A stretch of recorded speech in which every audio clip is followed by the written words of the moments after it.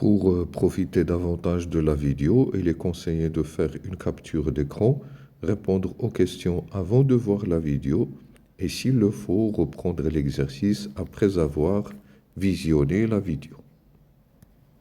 On considère un dipôle LC contenant un condensateur de capacité C préalablement chargé sous une tension U0 et une bobine d'inductance L est égale à 1 Henri, de résistance petit r est égale à 6 ohms. On insère dans le circuit précédent un générateur de tension délivrant une tension U générateur est égale à K fois I avec U générateur tension exprimée en volts et I exprimée en ampères. Première question, établir l'équation différentielle vérifiée par la tension UC. Alors, pour cette question, on va juste exprimer l'additivité des tensions. La tension U générateur que vous voyez ici, elle est égale à la tension au borne de la bobine, U bobine, plus la tension au borne du condensateur, U condensateur. Autrement dit, U condensateur plus U bobine, elle est égale à U générateur. U condensateur, c'est, on la garde, c'est UC, plus U bobine, c'est petit r fois I, plus L d de I sur d de T est égal à U générateur, où on remplace par l'expression, c'est K fois I. On regroupe tous les termes du même côté, U, C plus R moins K fois I, plus L d de I sur d de T est égal à 0. Nous savons que I, c'est C d de UC sur d de T, et par suite, d de I sur d de T est égal à C d carré de UC sur d de T au carré. Alors, donc cette équation-là, il va devenir UC plus R moins K fois C fois d de UC sur d de T plus LC d carré de UC sur d de T au carré est égal à 0. Et si on divise le tout par LC, partout par LC, ça nous donne l'équation finale que voici, d carré de UC sur D de T au carré plus R moins K sur L D de UC sur D de T plus 1 sur LC fois UC est égal à 0. C'est ça, l'équation différentielle vérifiée par la tension UC. Question 2. Trouver la valeur de K qui permet d'avoir des oscillations entretenues. Alors, oscillation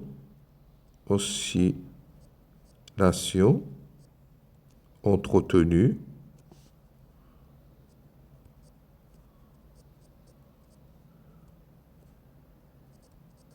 Bien, tout simplement, ce terme-là, il doit disparaître.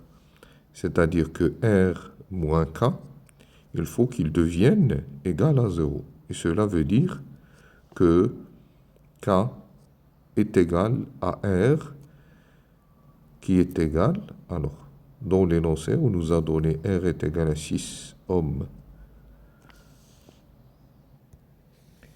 Alors, on fixe K à la valeur calculée précédemment. Avec un système approprié, on obtient la représentation de l'énergie magnétique dans la bobine en fonction du temps, voir figure ci-dessous. à partir du graphe, montrer qualitativement que le circuit RLC est entretenu. Alors, réponse. Graphiquement, l'amplitude de EM, de l'énergie magnétique, reste constante, donc le circuit RLC est entretenu. Donc l'amplitude, c'est cette hauteur-là. Elle est la même que la hauteur que l'on a ici. Hein? D'accord? Donc l'amplitude, c'est par exemple pour l'énergie magnétique, l'amplitude c'est cette valeur-là, c'est 2 microjoules, elle est la même, il ne change pas. C'est ça qui fait que le circuit RLC est entretenu.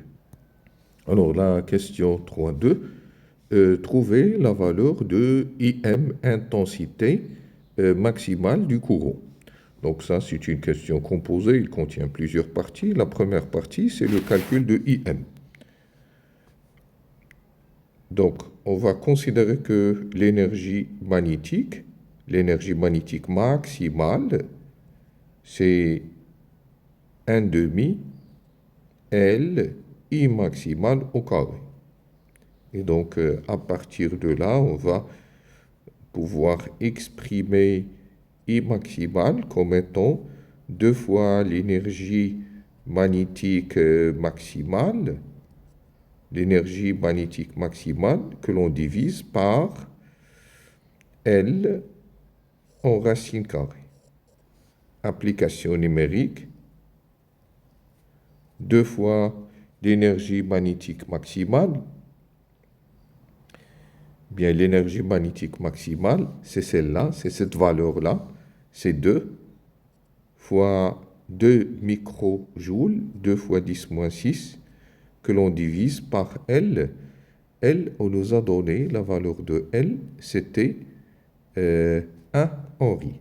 Donc c'est 1 en racine carrée, et ça donne I M est égal donc 2 fois 10 puissance moins 3 ampères que l'on va encadrer.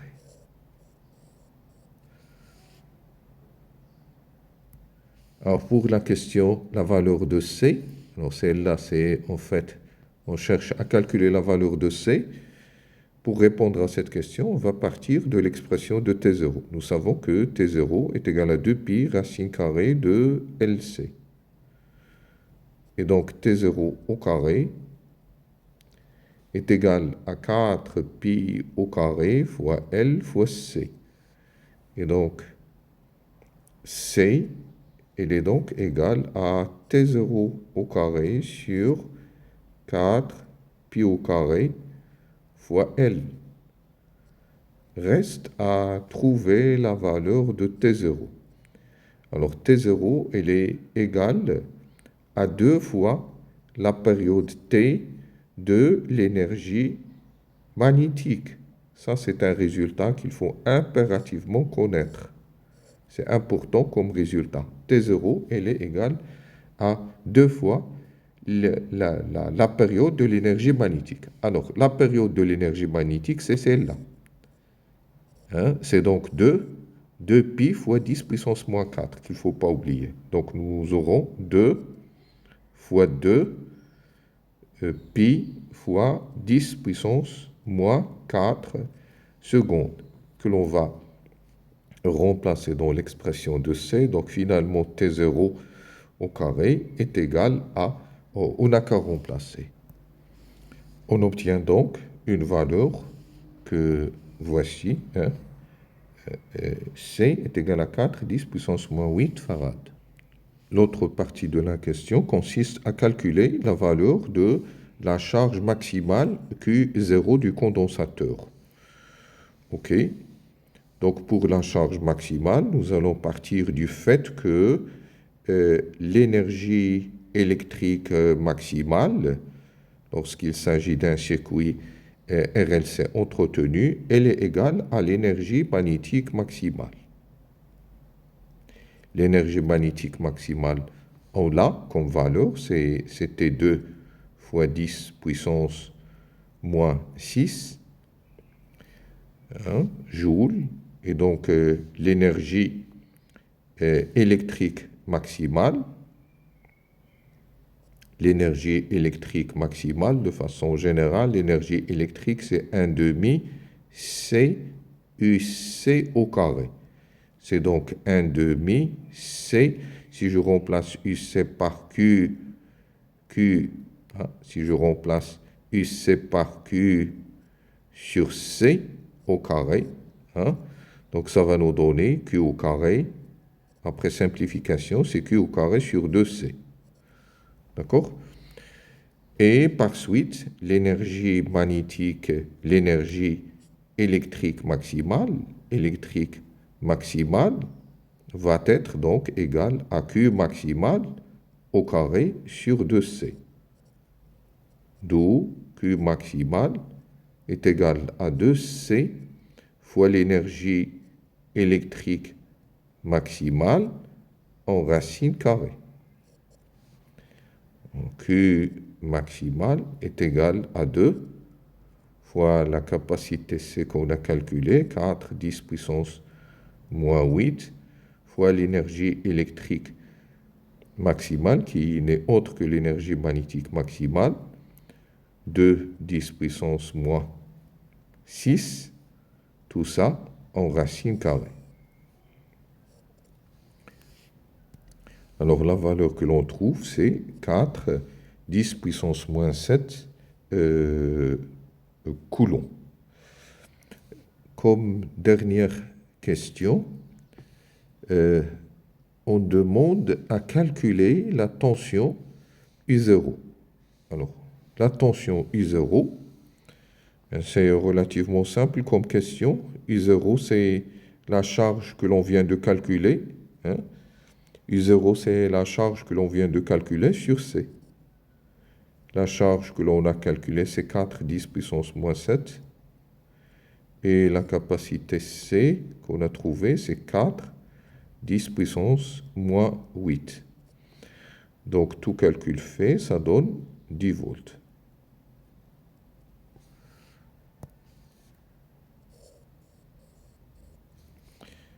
Et c'est tout pour cette vidéo.